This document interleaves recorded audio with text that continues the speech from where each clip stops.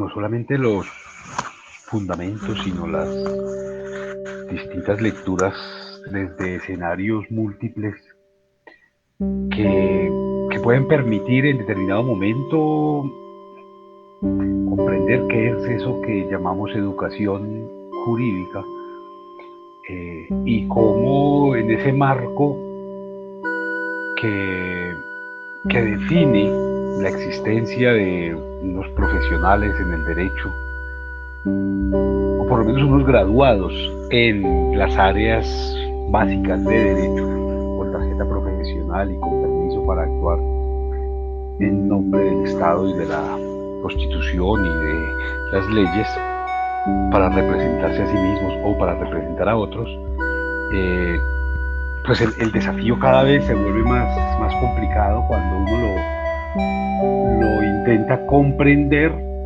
a la luz de las contingencias en las que estamos viviendo, a la luz de estos aislamientos que regresan, estas restricciones de movilidad, estas medidas como de control, desde los cuales pareciera que todos esos construcciones que hemos venido haciendo como seres humanos en los últimos 3000 años, tal vez un poco más, como que no tienen sentido. Como que todos esos marcos normativos desde los cuales nos hemos venido amparando cada vez más como sujetos civilizados, como sujetos de derecho, como ciudadanos, ante, ante las condiciones que se han venido imponiendo, terminan desapareciendo todos esos derechos, todas esas posibilidades. Eh, ¿Qué quiere decir? La libertad de locomoción no existe, la libertad de asociación tampoco ahora. Eh,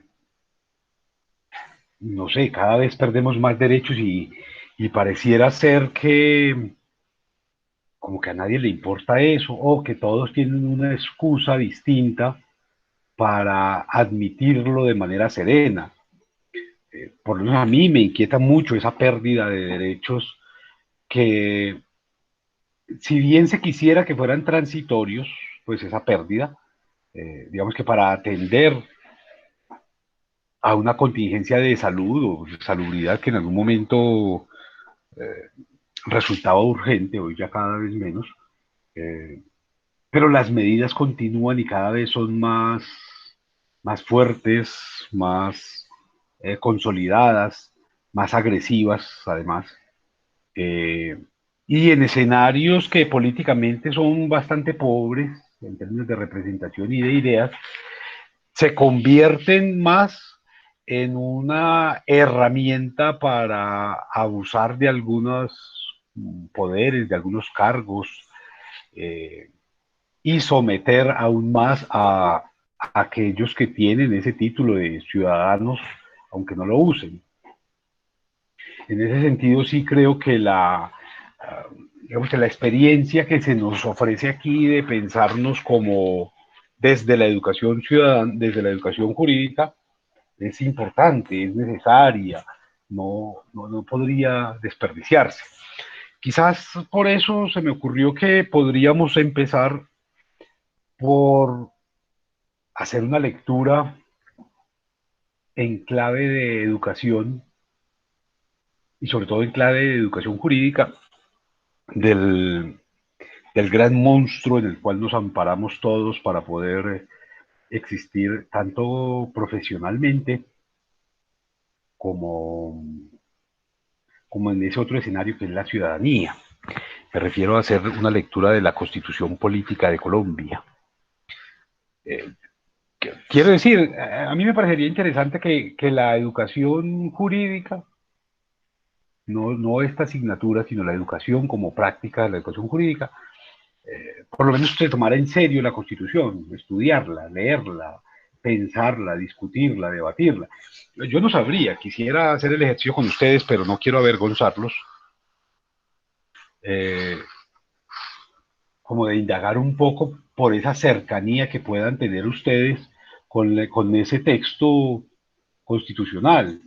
qué tanto de verdad es el objeto de estudio de ustedes, siendo que es el gran marco en el cual se mueven.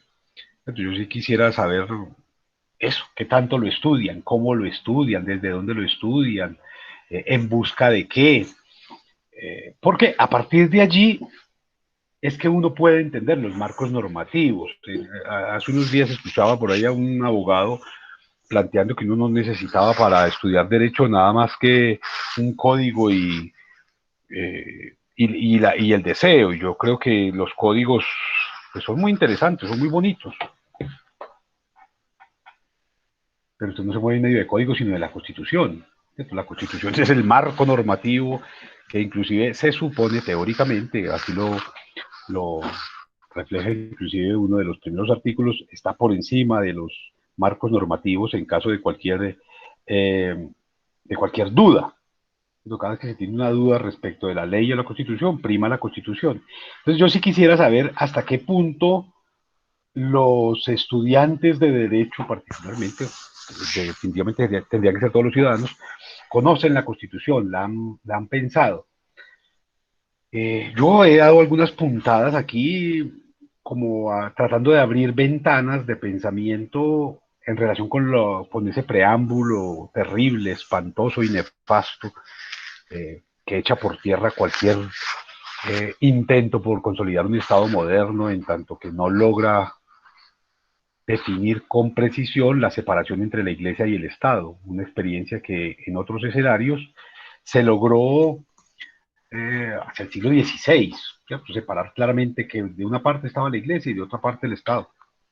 Aquí el preámbulo de la Constitución hace un engendro malévolo, terrible, nefasto, cuando desde el mismo preámbulo legitima que aquí son lo mismo, aquí son lo mismo.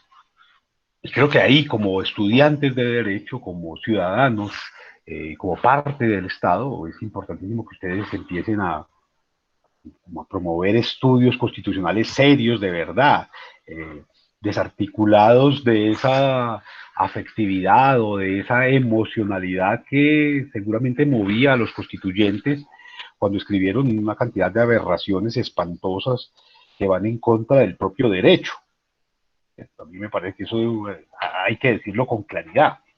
Si hay un texto que va en contra del derecho, de los principios básicos del derecho, de los marcos normativos, es la propia Constitución. Y entonces yo los invito, primero que nada, a que hagan un ejercicio quizás de memoria, quizás de análisis, y establezcan para sí mismos, allí en donde estén, ahora o más tarde, o mañana, otro día, o nunca, si no quieren hacerlo, cuáles son los elementos que constituyen una norma. ¿Cuáles son los elementos que debe tener una norma para que tenga esa condición de norma?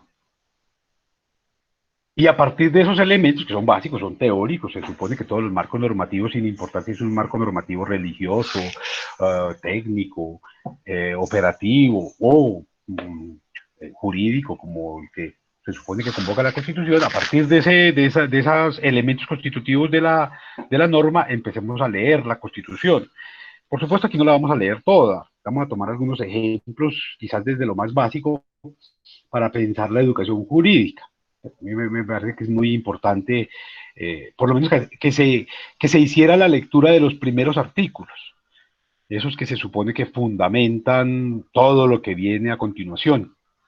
Eh, digamos, todo eso que le da sentido de existencia y razón de ser al capítulo de los derechos fundamentales y los que le van a seguir. Quizás en un primer momento aquí vamos a asumir los de ese capítulo 1 para, digamos, para ir dejando como un rastro desde el cual podamos encontrarnos en la reflexión sobre la educación jurídica. Ese capítulo 1 empieza con el artículo 11, que a mí me parece que merece toda la atención, precisamente por lo absurdo. Yo no sé si alguno de ustedes lo conoce, lo identifica sin necesidad de buscarlo en la Constitución, sin necesidad de buscar el libro, pero me parece que es muy bello hacer el ejercicio de lectura desde la educación jurídica. Si la educación jurídica lo primero que nos da son los elementos para pensar los marcos normativos, para entenderlos, para asumirlos y posteriormente aplicarlos y demandar la aplicación por parte de otros, entonces esa constitución tendría que tener en cuenta todos los elementos. ¿Cuáles son los elementos que constituyen una norma? Los elementos básicos que debe tener una norma. No sé si alguien aquí los tenga y los quiera a compartir. Pero si no es así, pues da lo mismo, igual yo les voy diciendo. Una norma tiene que tener un objeto de aplicación. Es decir, alguien que la cumpla. La norma siempre se hace para alguien, para un otro. ¿Cierto? Y cuando se lee el Código Penal, cuando se lee el Código Civil, se encuentra que las normas siempre son establecidas para que un otro, cualquiera que sea ese otro, una persona o una institución, la cumpla. Y además la norma tiene otro elemento, y es que lleva implícita y a veces de manera explícita también un castigo, una sanción por no cumplirla. Por eso es norma. Si no, no tiene lógica. Y entonces yo les invito a que hagan el ejercicio de pensar en ese primer artículo del capítulo 1, es decir, el artículo 11 de la Constitución, en lo que dice, cómo está establecido. Yo lo he pensado mucho tratando de, de hallar una manera de que ustedes, que son doctos en el dominio, manejo y control de la Constitución, me puedan ayudar. Artículo 11 de la Constitución dice algo así como que el derecho a la vida es inviolable. No habrá pena de muerte. Palabras más, palabras menos, creo que no hay más palabras en ese artículo. El derecho a la vida es inviolable. No habrá pena de muerte. Con eso tenemos para todo un semestre ya, ¿cierto? Para pensar eso. Ese doble enunciado que hay allí. ¿Alguno de ustedes quiere decirme qué es lo que dice ese artículo? Que traducírmelo, por favor.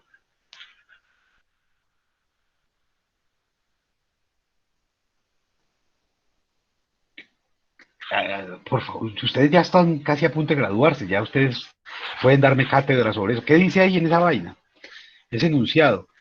El derecho a la vida es inviolable. Punto. No habrá pena de muerte. ¿Qué dice allí? ¿Qué quiere decir esa vaina? Pues, profe, transmite muchas cosas, pero siempre se interpreta de cara al sistema penal, ¿cierto? O así nos lo han transmitido, de cara al sistema penal, de que simplemente la pena máxima es la que está impuesta de los 60 años, no hay cadena perpetua y no puede haber pena de muerte en el sistema penal. Ya si lo analizamos de cara al derecho a la vida, ¿cómo es? No habrá pena de Derecho. muerte, la vida pues, es inviolable, pues ya se le escapa de las manos del Estado, sobre todo pues de cara a las realidades que vive. Sí, el derecho a la vida es inviolable. No habrá pena de muerte. ¿Qué dice eso? ¿Qué dice eso? ¿Alguien quiere decirme, por favor, ustedes que están ya a punto de salir a reclamar su tarjeta profesional, ¿a cuál vida? ¿A la vida de quién? Es decir, puedo matar un perro, un gato. La Constitución dice que no. Puedo matar una vaca. La Constitución dice que no. Una cucaracha. Y la Constitución me sigue diciendo que no porque el derecho a la vida es inviolable y no hay pena de muerte. En ninguna parte me dice que a la vida humana puedo matar un río, puedo matar una montaña, puedo matar una idea, puedo matar una tradición, puedo matar lo que se me venga en gana. Porque la Constitución no define cuál vida, no dice que es la vida humana, no dice que es la vida de los indios, de los negros, de los blancos, de los amarillos, de los rojos, de los de izquierda o los de derecha o los de centro o los de arriba o los de abajo. El enunciado no dice nada. Intenten leerlo. si no se lo saben de memoria como deberían, intenten leerlo. El derecho a la vida es inviolable. Punto. No habrá pena de muerte. ¿Eso es para qué? Para las caricaturas, para los animales, para las plantas, para los ríos. El derecho a la vida es inviolable. Punto. Profe, pero de pronto también se puede entender, aunque ya la compañera Tatiana nos habla de cuando decimos que el derecho a la vida es inviolable, pues no está diciendo a qué tipo de, digamos, de ser De viviente se vida. trata, pero Ajá. de vida. Pero si ya después nos habla de que no habrá pena de muerte, si traemos lo de pena de muerte, podemos decir que es que ya cuando hablamos de pena, la pena se le hace a los seres humanos. Entonces ya podríamos relacionar de que se habla que es de la vida de las personas y que el castigo no será quitarle la vida. Pues yo lo entendería más con el segundo, pues con la segunda frase, ya lo entendería más por la vida de las personas. Gracias, Freddy. Se me ocurren dos cosas con lo que acaba de plantear, con la aclaración que intenta hacernos Freddy. Lo primero es que cuando un perro muerde a alguien, lo sacrifican, es decir, le aplican la pena de muerte. Y lo segundo es que si ustedes leen los 9 artículos, los 10 artículos que preceden a ese 11, no hay ninguno que diga que esa constitución es para seres humanos. No hay ninguno que diga, vea, estas leyes son para seres humanos. Perfectamente se puede aplicar para un río, para un perro, para un animal, para una naturaleza, para un ser de la naturaleza, cualquiera que sea. No hay ningún escenario.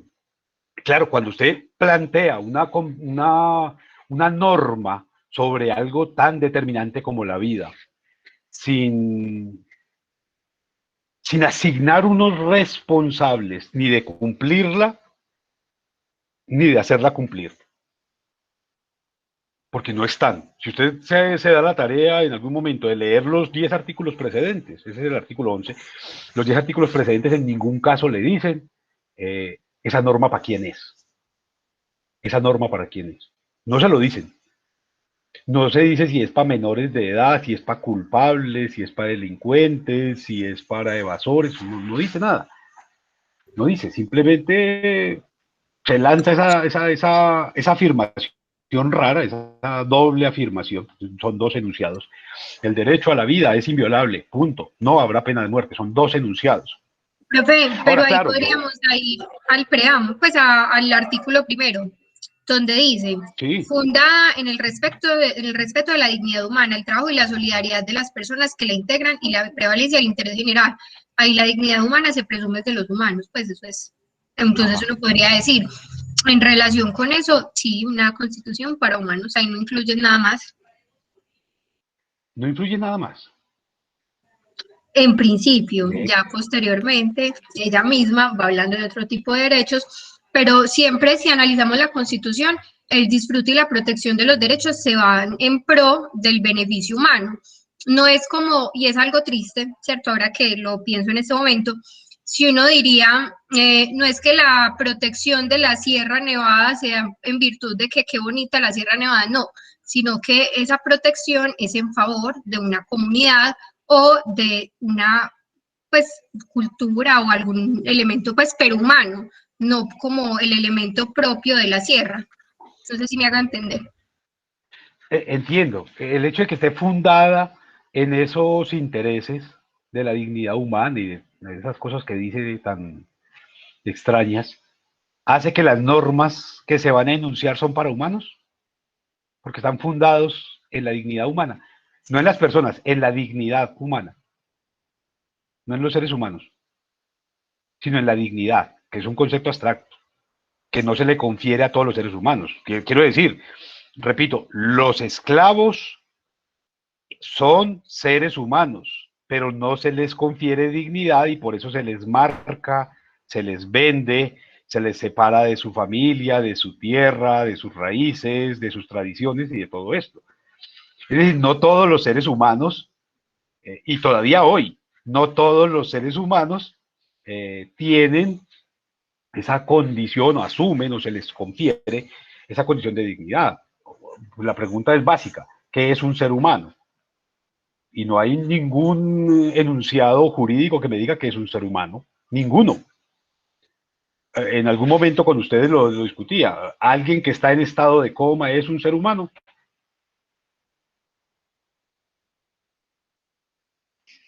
Y ahí, si no es un ser humano, no tiene dignidad, por eso viene la esposa, la mamá, la tía, la prima, el hermano, el papá, el que sea, y dice, desconéctenlo. No tengo plata para seguir pagando el recibo de la luz, pues desconéctenlo. Entonces, ayer hizo un asunto bien interesante, pero vamos a hacerlo un poco más interesante la lectura. Ya tenemos claro lo que dice el artículo 1, bueno, lo que no dice el artículo 1, lo que señala allí, les digo que son un par de enunciados.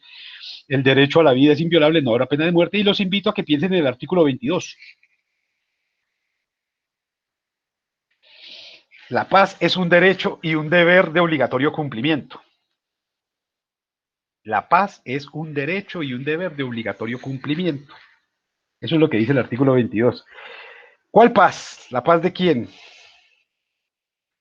¿Y es de obligatorio cumplimiento por parte de quién? ¿Dice acaso que el Estado tiene que cumplirlo? ¿O que un ciudadano tiene que cumplirlo? ¿O que una institución? ¿O que, cómo es la cosa terrible que dice por allá en los primeros artículos, que lo repite por allá en el 42? ¿O que la familia tiene que cumplirlo con la paz?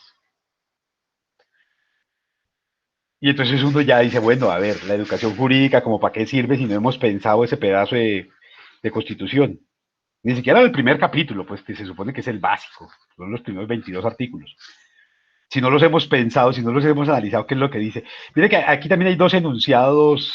La paz es un derecho y un deber de obligatorio cumplimiento. ¿Quién lo tiene que cumplir? ¿O quién lo puede disfrutar? ¿Acaso dice que para todos los residentes en Colombia, o que para todos los seres humanos, o que para todos los que paguen impuestos, o que todo para los que hagan parte de algún club o tengan algún carnet especial? No cumple ni siquiera con los requisitos básicos que debe tener una norma, y es la constitución política. Entonces, yo me los imagino a ustedes cuando estaban por allá viendo constitucional, preguntándole esas cosas a su profesor. Profesor, pero ¿cómo así? ¿Esa constitución para quién es? Vea que no dice. Vea, y entonces no habrá pena de muerte para quién. ¿Por qué están matando los ríos? ¿Por qué hay animales en extinción? ¿Por qué se está diciendo que hay que ir a matar a los hipopótamos en la Dorada? ¿Por qué estamos matando la selva amazónica? A ver qué les dice un profesor de Derecho Constitucional, porque me parecería muy interesante que la educación jurídica si estuviera circunscrita por lo menos a la constitución política, por lo menos. Ahora, claro, uno tendría que hacer ejercicios un poco más complejos, de lectura de la propia constitución. Y no me voy a salir de la constitución para que tengan ustedes de dónde agarrarse. El artículo que sigue es más bello todavía. A mí, por lo menos, me ofrece escenarios de reflexión desde la educación jurídica maravillosos. Nadie será sometido a desaparición forzada, a torturas, ni a tratos o penas crueles, inhumanas o degradantes. Y cuando a mí me dicen a tratos crueles, degradantes, inhumanos, pienso en lo que significa hacerse el examen del coronavirus. O pienso en lo que significa ser atendido por una EPS. ¿Habrá algo más degradante, más inhumano, más humillante que pedir una cita en una EPS?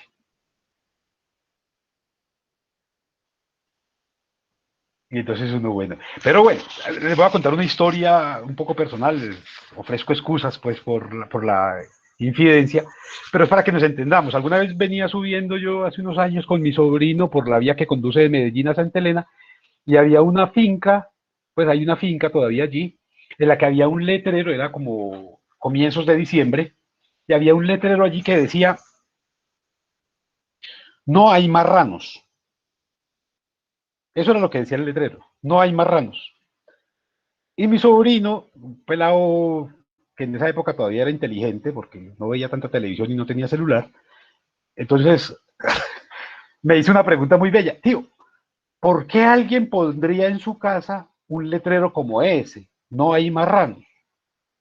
yo apelando un poco a mi espíritu pedagógico, le dije que porque el dueño de esa finca era un sujeto libre y que acudía a uno de los derechos constitucionales, que era el de la libertad de expresión. Ya veremos ese más adelante. Y entonces él llegó a la casa y puso un letrero que decía, no hay dinosaurios. Y me parecía muy bello, porque estaba hablando desde su propia realidad. En ese momento, pues a él estaba muy encarretado con los dinosaurios y veía que en mi casa no había eso. Y yo no tenía ni libros de dinosaurios, ni muñequitos, ni afiches, ni nada de eso, y a él le gustaban. Era la realidad desde la cual él planteaba una norma. Es decir, las normas se plantean siempre desde la propia realidad, desde los propios marcos que define el principio de realidad. Imagínense, les voy a pedir un ejercicio, que hagan un ejercicio un poco esotérico si quieren, y es que cierren los ojos por un momento y traten de imaginarse un país en el que su constitución diga algo como que nadie será sometido a desaparición forzada, a torturas, ni a tratos o penas crueles, inhumanas o degradantes. ¿Qué se imaginan ustedes de un país que ponga eso en la Constitución? O sea, ¿qué tipo de realidad creen que se está viviendo en ese espacio para que a alguien se le ocurra decir, venga, pongamos en la Constitución? Pues a nadie se le ocurre, que nadie se tire a las vías del metro. No, eso no lo pusieron.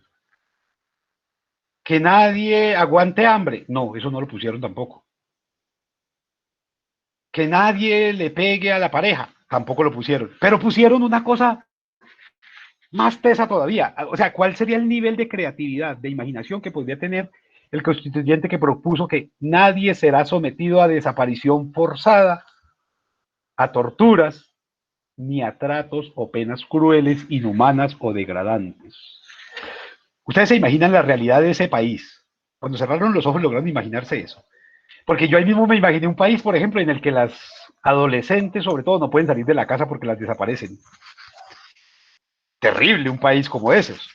Pero este texto fue escrito hace 30 años. Yo estoy hablando de países, por ejemplo, que hoy no tendrían por qué vivir eso. En el que, por ejemplo, el Estado no desaparecería a 6.402 adolescentes con engaños para posteriormente asesinarlos y después tirar sus cadáveres a fosas comunes. ¿Y la Constitución dónde nos quedó cuando estábamos haciendo eso? Y quien hizo eso no fue un soldado que defiende la patria, el honor y que reza pendejadas como que, oh Colombia, patria mía, te llevo con amor en mi corazón, creo en tu destino, espero verte siempre grande, respetada y libre, en ti amo todo lo que me es querido, tus glorias, tu hermosura, mi hogar, las tumbas de mis mayores. O quizás un policía que tiene en el brazo un letrerito que dice Dios y patria. O quien fue a bombardear unos niños hace 20 días. Y después salió diciendo que los niños no son niños, sino que los niños son máquinas de guerra. Entonces uno dice, bueno, ¿y la Constitución cómo para qué entonces? Ese artículo 12 de la Constitución que fue escrito hace 30 años, se supone que intentaba armonizar las formas de convivencia de manera pacífica, hace 30 años. Y un poco para intentar adaptar esa Constitución al contexto, a los nuevos problemas, se ha reformado 59 veces en esos 30 años. Pero la realidad sigue siendo la misma. ¿Tendrá sentido entonces esa Constitución? Una Constitución que diga que en Colombia nadie será sometido a desaparición forzada, torturas, ni a... Acabo de descubrir el truco, pendejo. Claro. Ay, el derecho a la vida es inviolable, no habrá pena de muerte. Pero en ningún caso dice que en Colombia. Puede ser, es el truco. Es que la Constitución en ningún caso se compromete con este pedazo de tierra. Y tal vez por ahí podríamos empezar a entender por qué el fracaso de una Constitución que se supone que es desde la cual ustedes van a vivir, van a trabajar, van a ejercer. Una constitución que no tiene doliente, porque no está diciendo el Estado tiene que garantizar la paz. Por eso es posible que el Estado, en vez de comprar vacunas o de generar una renta básica o generar educación gratuita, compre aviones de guerra, compre tanquetas y compre munición para el ESMAD. Tal vez, no lo sé, pues la educación jurídica me parece a mí que es para pensarnos en ese tipo de escenarios. Ahora, cuando el artículo, por ejemplo, 14 dice que todas las personas tienen derecho al reconocimiento de su personalidad jurídica, pues uno tendría que pensar si eso es cierto. Si todas las personas tienen derecho a eso realmente, o solamente los que sean de derecha porque los de izquierda están condenados a muerte. Y si no, pues miremos dónde están los líderes sociales y cómo están los derechos humanos. El país del mundo donde más líderes sociales asesinan, hombre, no es Venezuela. En Venezuela asesinaron 5, imagínense, 5 líderes sociales el año pasado. Eso es una tragedia. Que en un país como terrible, 5 líderes sociales mataron en Venezuela. En Colombia mataron casi 500. Pero tenemos una constitución divina. Es más, para que nos entendamos en términos prácticos, porque yo sé que ustedes no tienen muchos referentes históricos. En lo que va de este año 2021, 14 semanas llevamos. Estamos en la semana 14 del 2021. Y en la semana 14 ya contamos 13 masacres. Es decir, una masacre semanal. ¿Para qué sirve la educación jurídica entonces? ¿Quién de ustedes está demandando al Estado por inconstitucional, por no cumplir con la Constitución? ¿Quién de ustedes le ha preguntado al profesor, venga, profesor, ¿qué podemos hacer para tratar de obligar al Estado a cumplir con el artículo 11 de la Constitución? Para cumplir con el artículo 12. Ya la misma fiscalía, certificó que son 6.402. Las madres de los muchachos de los falsos positivos dicen que son más del doble. Pero digamos, las propias instituciones del Estado ya afirmaron, sí, son 6.402 y van sumando. Es decir, que hay motivos suficientes para demandar al Estado por no cumplir con la Constitución que sus gobernantes juran cumplir el día de la posesión.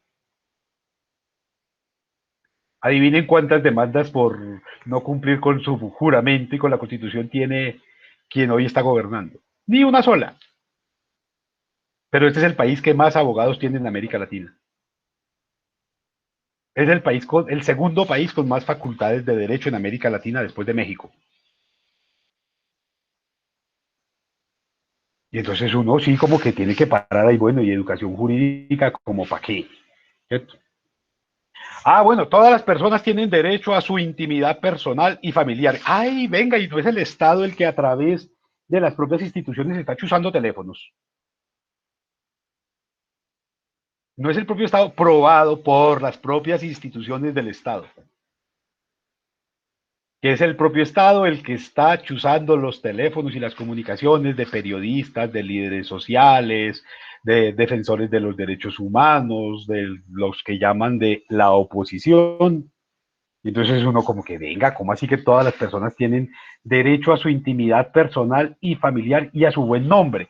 ¿Y qué hace el representante del Estado con uniforme verde cuando captura o cuando toma más bien a las malas a los adolescentes, que les quita hasta los zapatos, les voltea las suelas de los zapatos, les hace quitar las medias?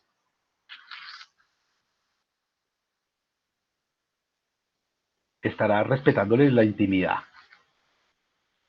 Y entonces uno como que allí empieza a hacerse preguntas un poco desde lo que significa la educación jurídica realmente, ¿cierto? Cuando uno intenta pensar que todas las personas tienen derecho al libre desarrollo de su personalidad, pero para ocupar cargos públicos no puede tener tatuajes, pero que no se puede poner piercing, pero que si un representante del Estado lo ve a usted con lo que considera una ropa inapropiada, lo estigmatiza, lo culpabiliza y lo hace coger hasta preso. Si el Estado desde el propio preámbulo de la Constitución definió cuál era el único y verdadero Dios, en singular, no en plural. Ojalá hubiera quedado en plural, habría sido maravilloso. Yo no podría decir nada, pero está en singular. Entonces, ¿cómo es eso del libre desarrollo de la personalidad entonces en términos constitucionales? ¿Cierto? O asuntos como que se garantice la libertad de conciencia. ¿Sí será posible eso cuando los propios representantes del Estado tildan a la oposición de castrochavista, de comunista, de socialista y salen a matarlos? Cuando una profesora, por ejemplo, le dice a los estudiantes, vamos a estudiar historia del país, y de inmediato salen desde las propias instancias del gobierno a amenazarla de muerte. Habrá libertad de conciencia. Habrá libertad de conciencia cuando está probado que en algunas regiones, cada vez más regiones, quienes gobiernan son los paramilitares que el propio Estado niega. Pues no sé ustedes qué hicieron ahora en esta semana que no tuvimos encuentro, pero quienes tuvimos la posibilidad de irnos como a verificar que el mundo seguía después de la pandemia, a los pueblos, nos dimos cuenta que en los pueblos que se imponía el poder, a las 5 de la tarde todo se convertía en un cementerio. Nadie podía asomarse ni siquiera a la ventana porque inmediatamente salían los tipos de la moto a esconder, a llamar al orden, a que se escondieran. Pero en los otros, en los Monterías y en los Puerto Triunfos y en los... Eh, pues no pasaba nada porque allá los que mandan son los paramilitares. Entonces todo el mundo seguía de fiesta en la calle y el policía escondido porque le da miedo que el paramilitar no le dé la plata de la quincena. Y entonces uno sí se pregunta, bueno, ¿y Constitución para qué entonces? O la educación jurídica consiste simplemente en aprenderse de memoria los códigos, repetirlos, pero no en repensarlos, no en tratar de darles contexto. Que a mí eso sí me preocuparía mucho, el pensar que no tenemos por qué pensar los códigos que están escritos para tratar de actualizarlos.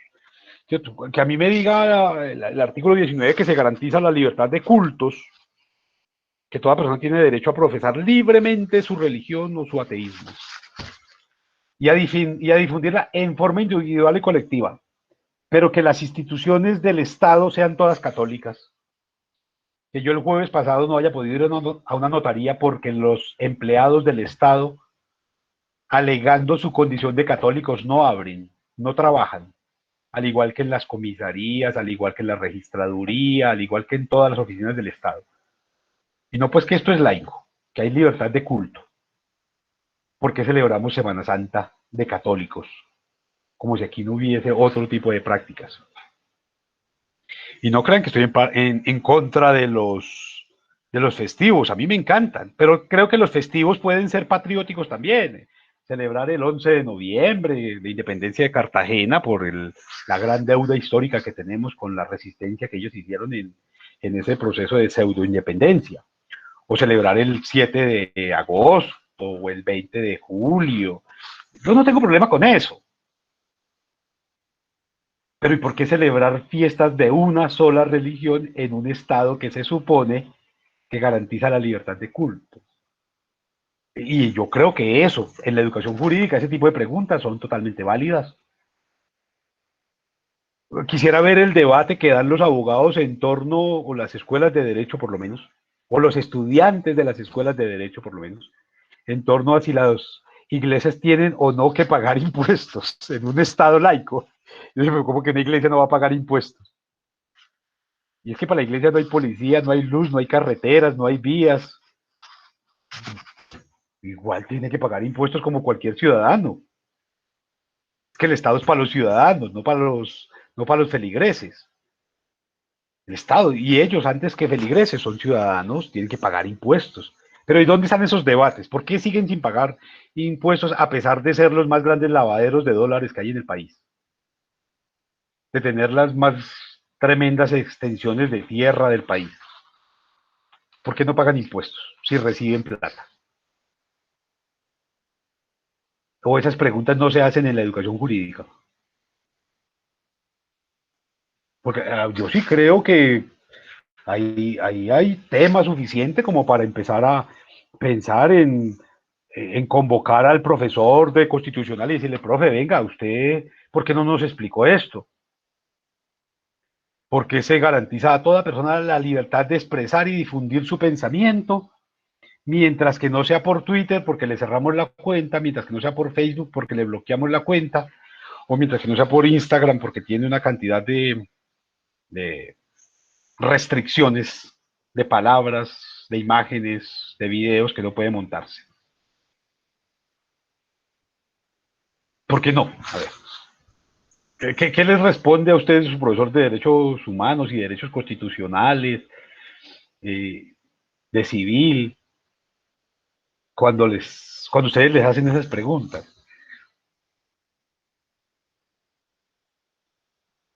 O de eso no se trata la educación jurídica, de pensar la norma. No es, cuando yo empecé hoy les planteaba que tenía mucho temor todavía de pensar la educación jurídica, porque cuando no hay respuestas a este tipo de inquietudes que son básicas, que cualquier ciudadano las puede hacer, lo que me encuentro es que no hay educación jurídica, sino adiestramiento jurídico, adoctrinamiento jurídico. Ahí sí que hay adoctrinamiento, no lo que proponen algunos grupos eh, radicales. Ahí sí hay adoctrinamiento, cuando usted le toca aprenderse los códigos y no pensarlos para poder ver cómo jode al otro y no para ver cómo armoniza las relaciones sociales. Lo que hay es adoctrinamiento, que es lo que hace el policía. O lo que, el oficial de tránsito, el servidor de tránsito. Cada día usted tiene que multar a 50, pero y si no cometen falta, no importa, múltelo. Pero, oiga, pero usted no cometió falta, no importa, búsquele. Algo tiene que tener mal. Y entonces la educación jurídica, ahí entonces como en dónde va. Se garantiza el derecho a la honra. Y entonces se me ocurre pensar lo que acaba de pasar hace un par de semanas con una mujer que fue objeto de violación de la manera más aberrante por parte de un poco de paramilitares, con la complicidad del Estado. Lleva su caso ante un tribunal internacional, el tribunal internacional llama al Estado a que rinda cuentas y el Estado, en lugar de defender a la víctima, se levanta como un niño malcriado y dice que no encuentro garantías, yo me voy de aquí.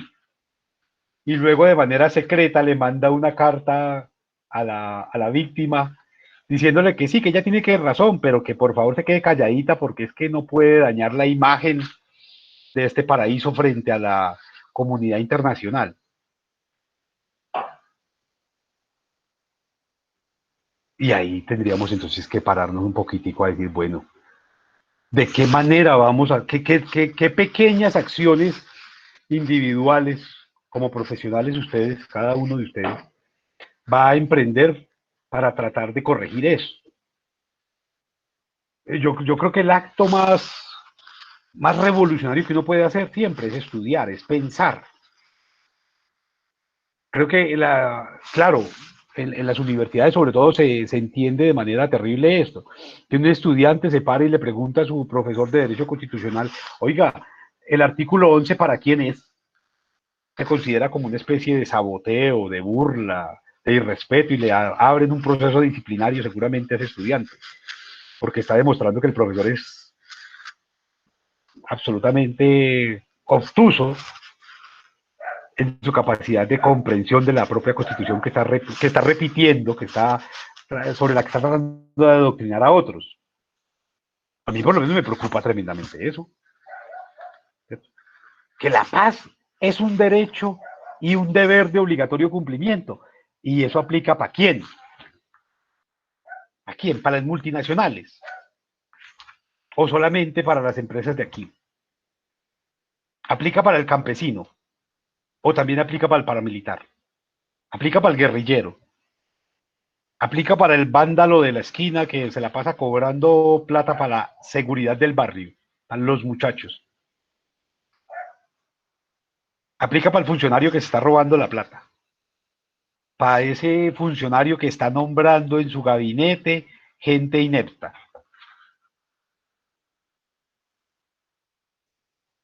O para ellos no aplica, eso no es paz. ¿Cómo se construye la paz? ¿Cómo se define la paz en el Estado? Para saber eso. A mí que me gusta un poco por mi formación profesional pensar asuntos históricos, me encanta pensar cómo se configuraron las guerrillas en el país por allá desde la década del 30, las guerrillas liberales, pero sobre todo esas otras muy fuertes de la década del 50, que era lo que estaban pidiendo esos campesinos cuando se volvieron guerrilleros, que les pusieran un puesto de salud, que les pusieran una escuela y un puesto de salud. Y en lugar de ponerles una escuela y un puesto de salud, les mandaron el ejército para que les matara a la familia. De ahí salieron las guerrillas. Las guerrillas no nacieron, bueno, no hay ningún niño todavía certificado en la historia que haya nacido ya definido como este va a ser guerrillero. Nacen siendo niños. Pero es las propias circunstancias, son las propias circunstancias, el propio contexto en el que se mueve, el que termina por definir.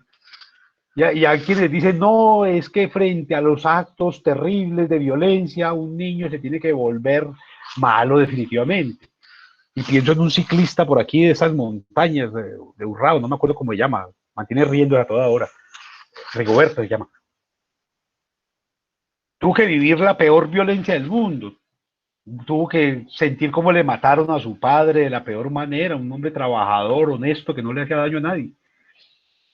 Y siendo un niño le mataron al papá. Y en lugar de volverse paramilitar, de fundar Convivir y de tratar de ser presidente de la República para robarse el ubérrimo, se convirtió en el ciclista más alegre, más feliz, más dicharachero y en el repartidor de alegría de todo el mundo.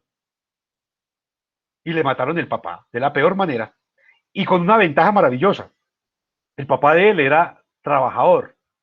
El del otro era el mejor amigo del mexicano.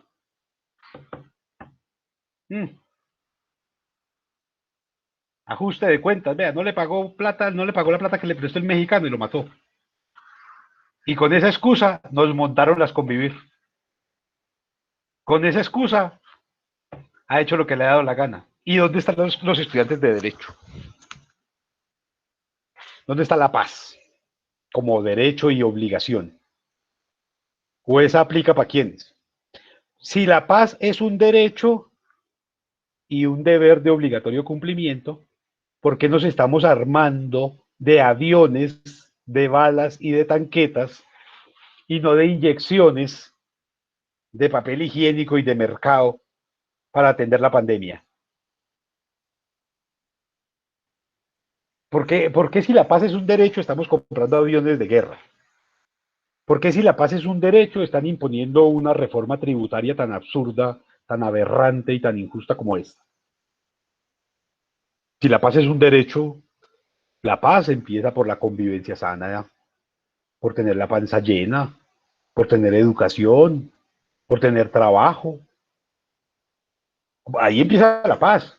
Pues no hay ningún país que pretenda vivir en paz que tenga a la gente desocupada en las calles, o que tenga a la gente aguantando hambre, que tenga a la gente viviendo en apartamentos de 25 y 30 metros cuadrados. Ningún país que vive en paz puede matar más de 6.000 adolescentes y pretender que la gente se quede quieta. Ningún país que pretenda vivir en paz comete las aberraciones jurídicas que se están cometiendo ahora. Quitarle la potestad a los jueces municipales para defender a sus comunidades y otorgársela únicamente al Consejo de Estado para poder aprobar el fracking en contra de las comunidades. Pues eso es un golpe de Estado en cualquier parte del mundo. Cuando el presidente es el que le da órdenes al Congreso de que sesione por vía Meet, el presidente está anulando la tridivisión de poderes. Cuando el presidente es el que está nombrando el fiscal, está anulando la tridivisión de poderes. ¿Y ustedes qué cara les pone su profesor de Derecho cuando usted les hace esas preguntas? Pues eso es educación jurídica. La educación pasa La educación es un proceso, y pongámoslo aquí en términos claros de una vez, la educación es un proceso a través del cual cada generación hace acopio de todos los saberes que le antecedieron para formular escenarios futuros más promisorios. Es decir, cuando revisa todo el conocimiento para ver qué sirve y qué no.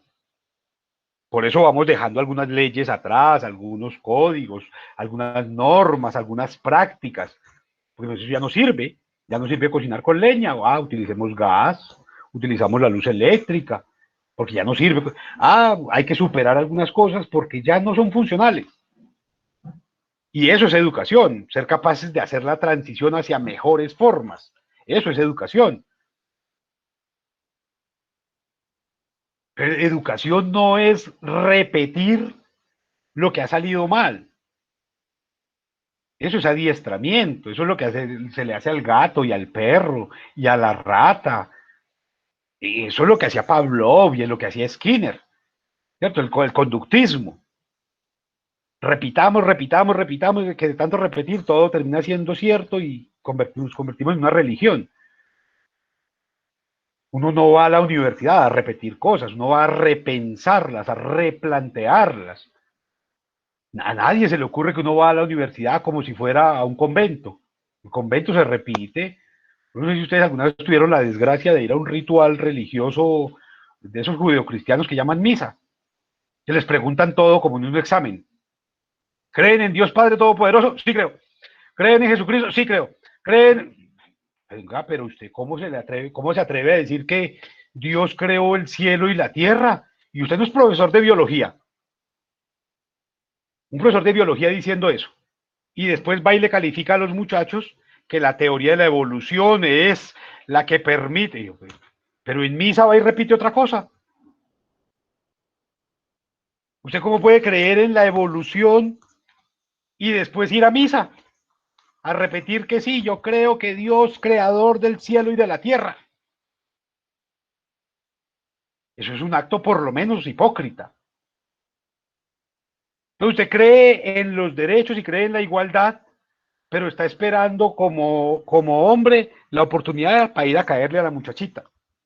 O como muchachita está esperando la oportunidad de que el tipo vaya y le abra la puerta del carro y le pague la cuenta. Pero usted cree en la igualdad.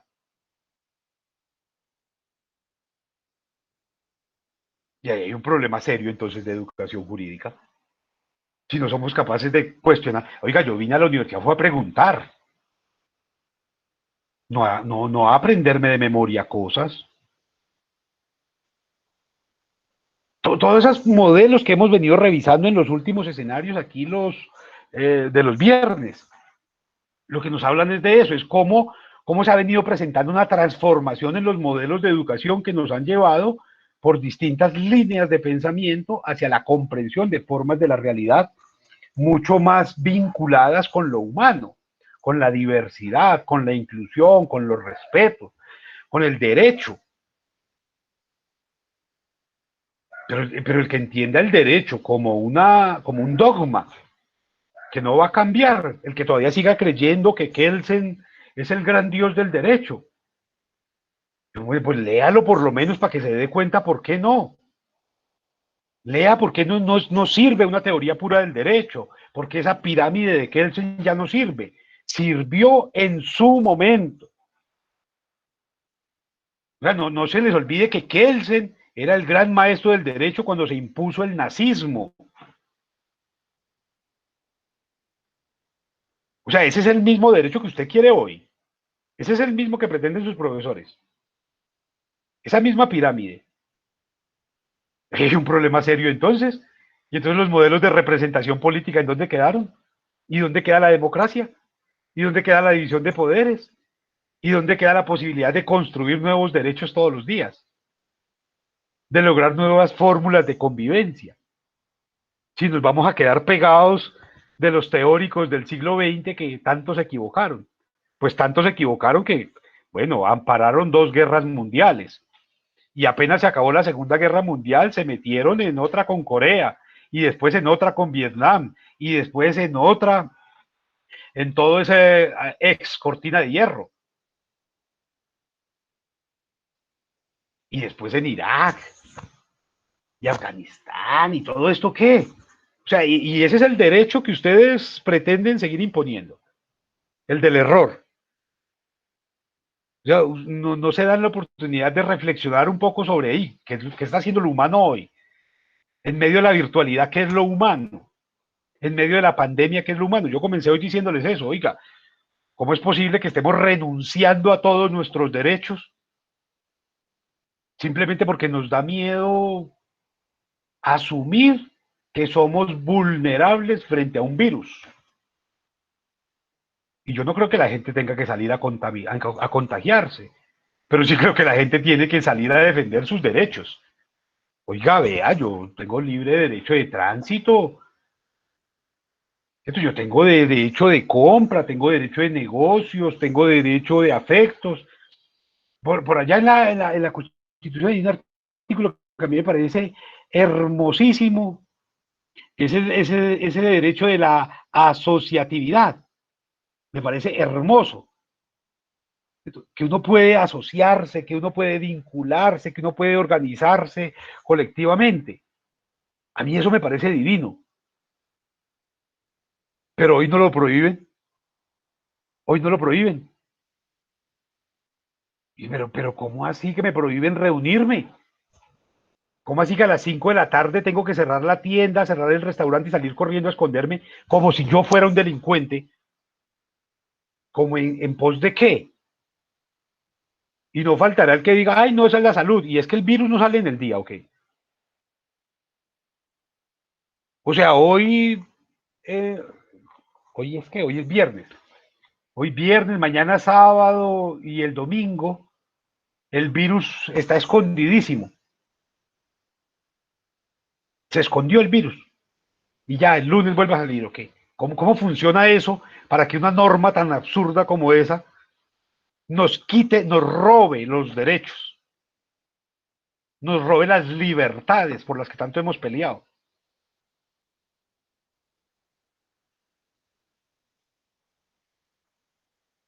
Bueno, ¿y dónde están los abogados entonces que no me dicen, bueno, y las libertades, que van a salir con el cuentico tonto de que, ay, es que las libertades, ¿cómo es? Terminan donde empiezan las del otro. Y entonces la suya en dónde empieza, donde termina la del otro. ¿Cómo es eso? O sea, todavía seguimos repitiendo fórmulas tan idiotas como que justicia es darle a quien lo que corresponde y que las libertades terminan donde empiezan las libertades de otro. ¿Cómo así? O sea, no hemos sido capaces de repensarnos. O sea, no ha habido nuevos pensadores del derecho que nos ayuden a entender que la libertad es mucho más que eso. Que la justicia es otra cosa distinta de la que dijo Platón hace ya casi 4000 años. Todavía seguimos repitiendo a Platón. Y yo creo que Platón nos da elementos de reflexión muy bonitos, pero no nos da órdenes. O sea, si alguien sigue creyendo que la República de Platón tiene sentido, estamos jodidos. O sea, pensar que el filósofo es el mejor gobernante es un error. Es un error.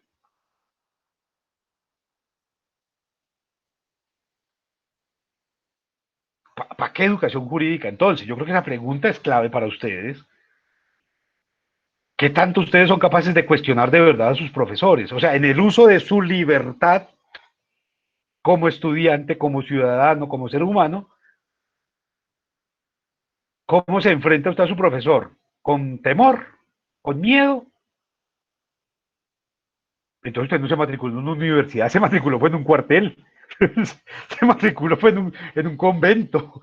Si usted le tiene miedo a su profesor y no le hace preguntas, porque de pronto lo castiga, le pone cero, le pone carita triste o lo regaña, usted está en el lugar equivocado. Porque uno de los profesores los tiene que coger esa preguntas. Porque el profesor no va a profesar, va a abrir espacios para pensamiento, para cambiar el mundo. Para mantenerlo iguales están los soldados. Para cambiar el mundo lo cambia, son los que piensan, los que preguntan, los inconformes. Este señor Jobs, que tanto fanático tiene por ahí, tenía una frase muy bella, ¿cierto? El mundo lo cambian los que están despeinados, ¿cierto? No hay nada más aberrante que alguien bien peinado. Yo no sé si ustedes alguna vez han mirado a la cara a alguien que esté bien peinado. A uno le da como espanto, como que empieza a imaginarse uno cosas terribles con esa persona. La gente despeinada siempre está feliz. Quizás por eso los militares obligan a que la gente se peine, porque quiere que todo el mundo esté uniformado, sea infeliz, esté triste, esté abochornado, esté aburrido. A mí me gusta, yo quisiera, no lo voy a hacer de todos modos ahora, pero me gustaría pedirles a todos que abrieran sus cámaras y tomarle una foto a a la pantalla, porque puedo garantizar que todos ustedes hoy están despeinados. Están despeinados. Vaya a verlos en el día del grado. Eso se aplanchan, se engominan, se ponen hasta extensiones para verse peinados, para verse infelices. Hagan el ejercicio la próxima jornada de grados. Vayan a unos grados suyos, de ustedes, de unos amigos, el que sea, y se van a dar cuenta de una cosa terrible. En las ceremonias de grado, nadie se ríe. Se supone que lograron un objetivo y nadie se ríe. Todo el mundo saca una solemnidad idiota que da espanto. Y cuando van a posar para la foto, ponen esa sonrisa tonta que ponen para fingir. Pero nadie se ríe con felicidad. Porque no hay nada más inmundo que graduarse. Porque graduarse es asistir a la muerte de un proceso, a la muerte de un periodo de la vida, a la muerte de una cantidad de experiencias. ¿Y quién se va a reír en un velorio de esos? No, uno en una ceremonia de grado no se ríe, uno vaya con total respeto y solemnidad, ¿cierto? Requiem in Pacus Deus. Sí, es que es RIP. Eso es un cementerio.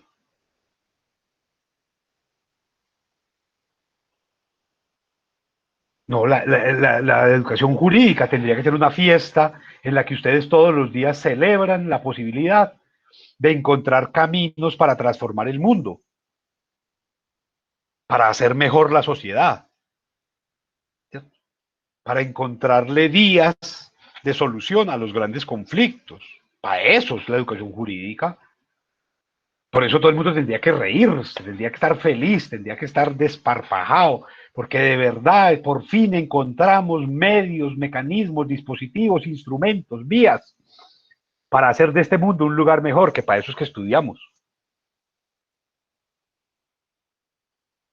Pero cuando usted cuando usted mantiene aburrido, es porque usted no tiene imaginación, usted no tiene capacidad de cambio, de transformación. Usted sabe que va para la fábrica de salchichas allá, que lo conviertan en un enlatado más. No, la educación jurídica es otra cosa. Yo creo que esa es la mayor invitación a una fiesta que se podría recibir, que podría tener cualquier sociedad, es la educación jurídica. La fiesta del cambio, de la transformación, de las propuestas, de las invitaciones, de las invenciones maravillosas, del acercamiento a la paz, al progreso, de la sanción para los que faltan, para los traidores, para los corruptos. Eso es alegría. Pero si en lugar de sentirnos felices estamos resignados a que vamos a continuar con ese legado, con esa herencia, apague y vamos, aquí no hay nada más que hacer entonces. Yo hoy les he presentado 4 o 5 ejemplos dentro de la Constitución, que es el marco en el que ustedes se van a mover. Ustedes verán qué hacen con ellos. Ustedes verán si se lo siguen tragando entero.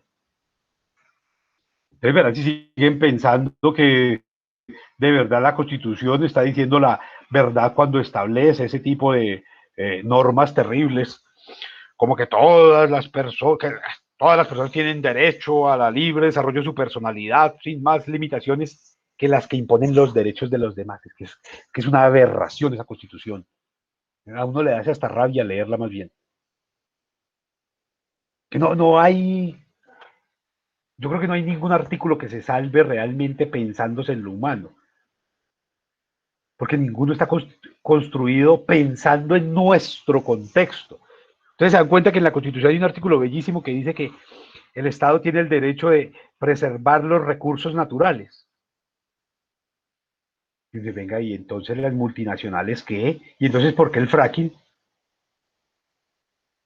¿Por qué están haciendo trampa en este momento eliminando las competencias de los jueces municipales para imponer el fracking si la constitución política de este país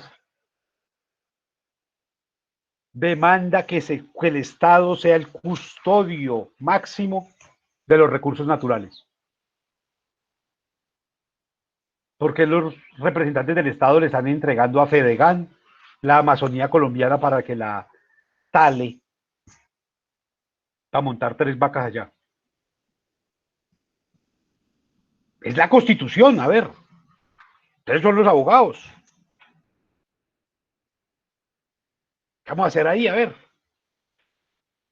Están ultrajando. No, pues es que es la Constitución. Vaya que alguien queme una Biblia y verá que ahí mismo montan paros y hacen una cantidad de manifestaciones. Quemó una Biblia, vea. Cambió un artículo de la Biblia, ¿cómo se llama? Un versículo de la Biblia. Pero como cambian la Constitución cada rato, no dicen nada.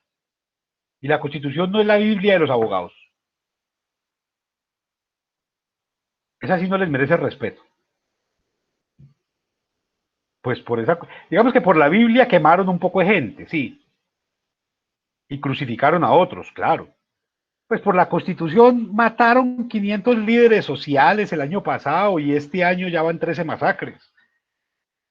Por la Constitución, por defender la Constitución. Por defender la Constitución mataron 4 candidatos presidenciales.